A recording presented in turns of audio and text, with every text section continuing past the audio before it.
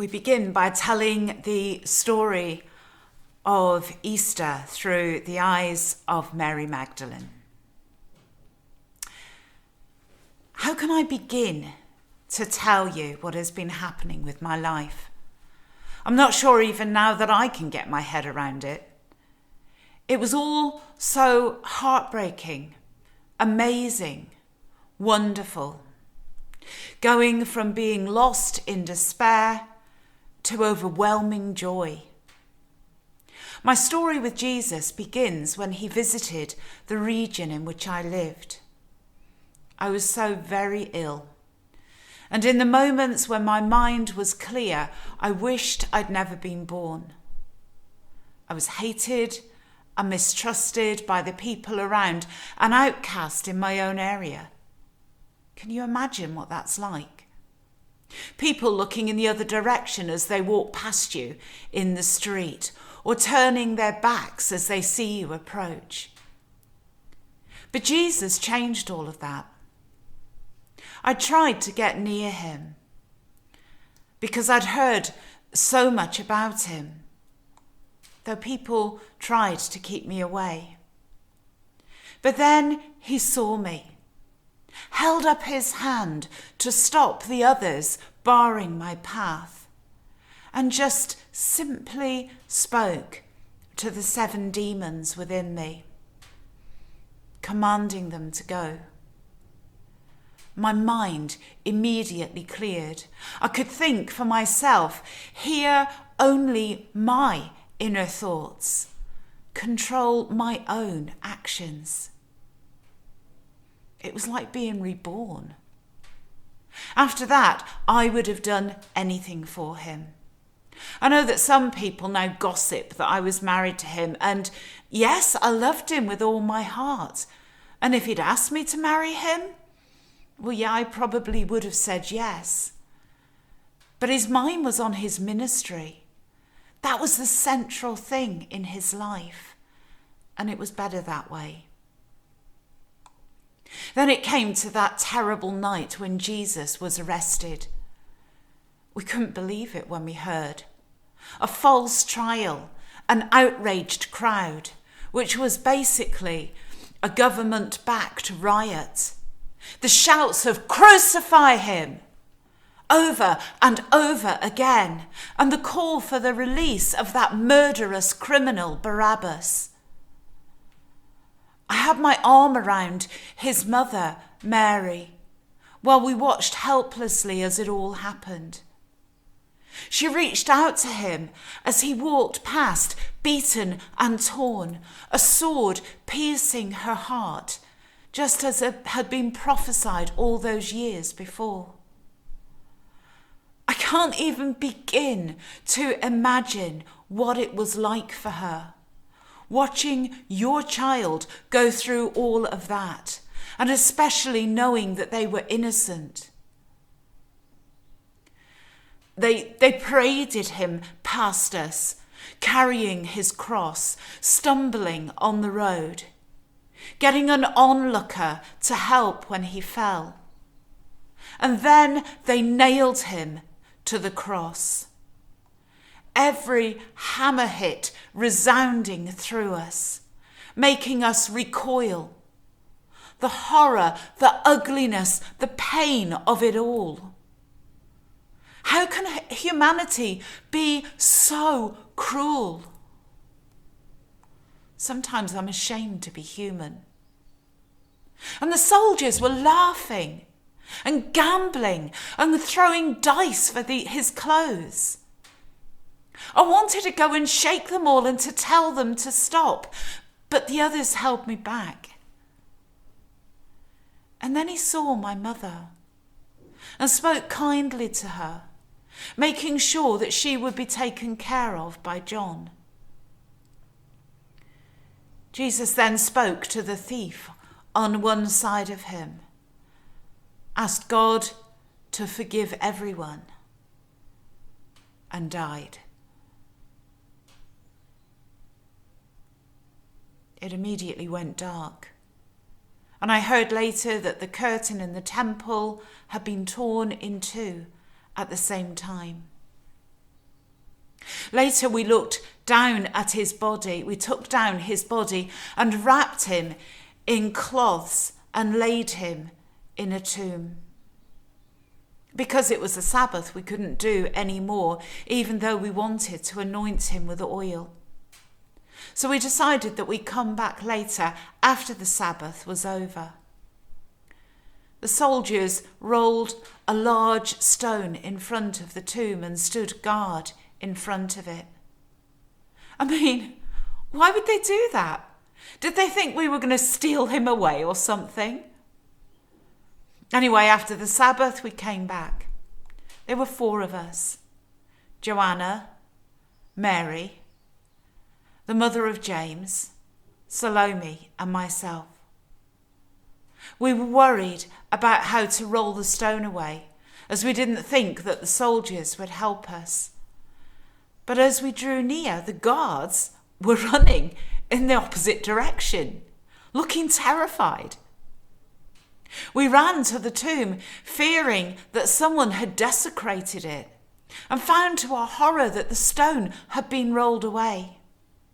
Joanna peered in. "He's not there!" she screamed. "Someone's taken him." And then we noticed a young man standing by, dressed in such gleaming white that it hurt our eyes. And we realized that it was an angel. And he told us that Jesus was alive. And that we had to go back and tell the others. I'm not sure at the time whether we believed it or not, but we so desperately wanted it to be true.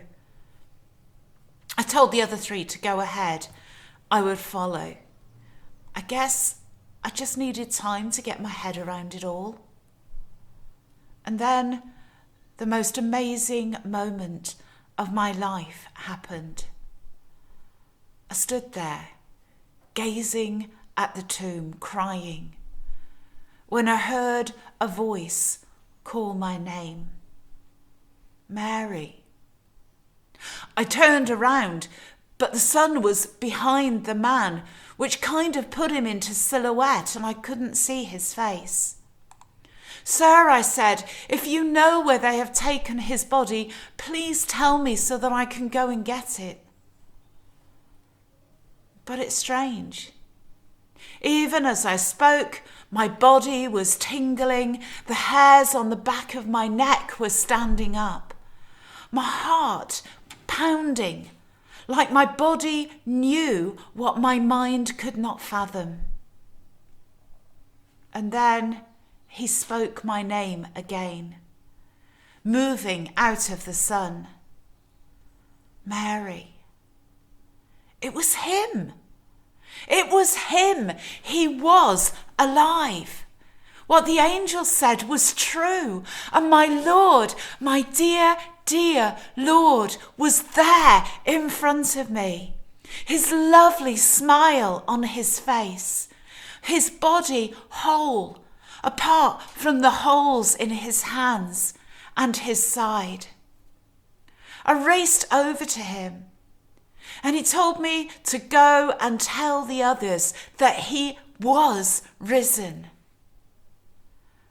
I didn't want to leave him after finding him again, but we saw him plenty of times after that.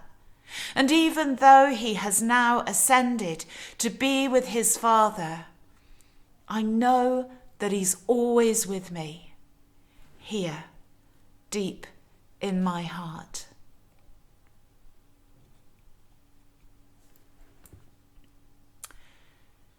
Mary and the followers of Jesus had a huge journey to take over the space of 3 days.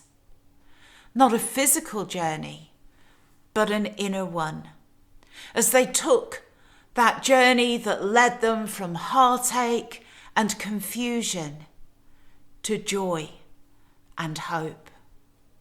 All of their plans, all of their ideals, all of their beliefs had fallen into dust when the man who they had believed was the Messiah hung dead on the cross. Where and how could they have gone so wrong? What should they do now? All hope was gone. And yet, in the early hours of the morning, while it was still dark, hope broke through as they discover that Jesus is alive, that his promises are true, that his reign is supreme, that grace has won. It was a huge journey that was travelled inside their minds. Each of us come here today with different things going on in our minds. Some are full of joy and celebration. Maybe a new family member has been born, or we've got our families with us for Easter, or we've had good news. Others are struggling. We or someone we know has received a bad diagnosis. Someone in our family is struggling with their mental health. We might be facing redundancy. Others are anxious for the future, not sure which road to take, but we're praying for guidance. But God seems to be keeping very quiet. Our faith, which was once strong and sure, is fading to burning embers. Where is he? What happened to the promises that he made? And you can empathize completely with the brokenness of the disciples. Here on this Easter Sunday, like Mary and the disciples, begin again. Take that journey from doubt to faith, from fear to hope, from despair to love, as you hear Jesus calling you by name and guiding you through the difficult times to peace and understanding. He is risen. He is victorious. He is here. Let's open our hearts afresh to him today. We are his, and he is love. Amen.